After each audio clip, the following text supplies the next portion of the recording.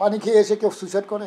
হত্যা কিন্তু অনেক রকম, যেহেতু এটা বেডের ভিতরে হত্যা, ঘরের ভিতরে হত্যা, তার স্ত্রীকে ব্যাখ্যা দিতে হবে। স্বামীর প্রতি তার কখনো তার ভক্তি শ্রদ্ধা ছিল না, নাহলে তার 3টে স্বামী লাগে। এই ভালোবেসে বিয়ে করে তার কাল হয়ে দাঁড়িয়েছে। যদি স্ত্রী মারা যায় স্বামীর ঘরে, স্বামীকে ব্যাখ্যা দিতে হবে, তোমরা তো রাত্রেবেলা এক বেডে ঘুমাইছো, এক ঘরে ছিলা, দরজা বন্ধ করে ঘুমাইছো, সেখানে তোমার স্বামী কীভাবে মারা গেল, কী সিচুয়েশনটা ছিল, তাকে ব্যাখ্যা দিতে হবে। হত্যা কিন্তু অনেক রকম, যেহেতু এটা বেডের ভিতরে হত্যা, ঘরের ভিতরে হত্যা, তার স্ত্রীকে ব্যাখ্যা দিতে হবে। তার স্ত্রী কিন্তু ব্যাখ্যা দেয় না, তার স্ত্রী কিন্তু কখনো এসে আদালতের সামনে বলে না। ইদানিং তাদেরকে আনা হয়েছিল একবার, পিবিআই নিয়ে আসছিলো, সাক্ষী একবার দিয়েছিল পিবিআই, সেখানে তাদের মন মতো কথা, ওনারা যে কথা বলে সকালবেলায় সুইসাইড করি, আসলে তা না। আপনি রিজভির কথা দেখবেন, রিজভির একটা সময় দেওয়া আছে, রিজভির স্টেটমেন্টে রাত্রের কথা, ওনার পরিবার বলে দিনের কথা, সকালের কথা।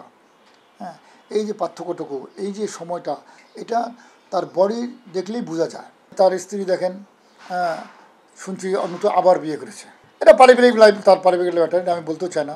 তার সর্কমস্টাইল কিন্তু এগুলো বোঝা যায়, কারণ সে কিন্তু স্বামীর প্রতি তার কখনো তার ভক্তি শ্রদ্ধা ছিল না, নাহলে তার 3টে স্বামী লাগে। সেকেন্ড হলো গিয়ে এখানে আপনার ওনারা পারিবারিক দ্বন্দ্বের কথা বলতেছেন, এটাও সঠিক না। কারণ আমাদের সালমান শাহের বাবা মা কিন্তু অর্থনৈতিকভাবে ভালো স্বাবলম্বী, উনি ম্যাজিস্ট্রেট ছিলেন, উনি কিন্তু সে সময় অনেক ভালো শিক্ষিত ফ্যামিলি, তার নানারা শিক্ষিত ফ্যামিলি, তার মা শিক্ষিত, মা একজন পার্লামেন্টের মেম্বার ছিলেন, ওনাদের আর্থিক কোনো সমস্যা ছিল না, ওনার নিজের একটা বাস করার অবস্থার আছেন, গাড়ি ছিল, সবই ছিল, কেন সুইসাইড করবে? আর সালমান শাহ 27 মাত্র ইয়ং ছেলে, সে কেন করবে?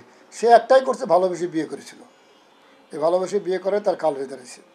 হ্যাঁ, এটা আসলে আমি এই মুহূর্তে ডিসক্লোজ করতে চাচ্ছি না যে মোটিভটা কী কারণে, এটা তদন্তের বিষয়।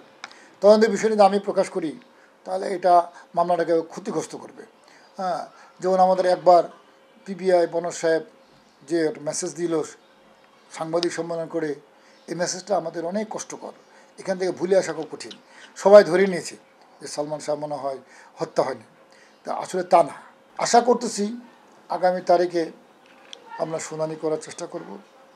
হ্যাঁ, উনি যদি ভিসা পান, ওনাকে তো আবার বয়সের কারণে ওনাকে এখন অনেক আসতেও দেয় না, নাড়াতে দিতে হলে ওনার আমার প্রেজেন্সটা লাগবে, ওনাকে আসতেও দেয় না, উনি ইনসিকিউরিটি ফিল করেন। তো এখন দেখা যাক উনি কতটুকুই পান। এর আগে করোনার কারণে আসতে পারেনি, করোনার সময় তো অনেক সমস্যা ছিল, আসতে পারে নাই। কোর্ট আমাদের এই যে আসতে না পারার কারণে আমাদের মামলাগুলো তাড়াতাড়ি শুনানি করে ফেলছেন। তা আমাদের প্রতিটা ধাপে ধাপে আমাদের প্রতি ইনজাস্টিস হয়েছে, আমাদের প্রতিটা ধাপে ধাপে ইনজাস্টিস হয়েছে, যে জাস্টিস পাওয়ার জন্য যতটুকু প্রয়োজন ছিল সেটা আমরা পাই নাই। আমরা আশা করতেছি এখন হয়তো পাবো।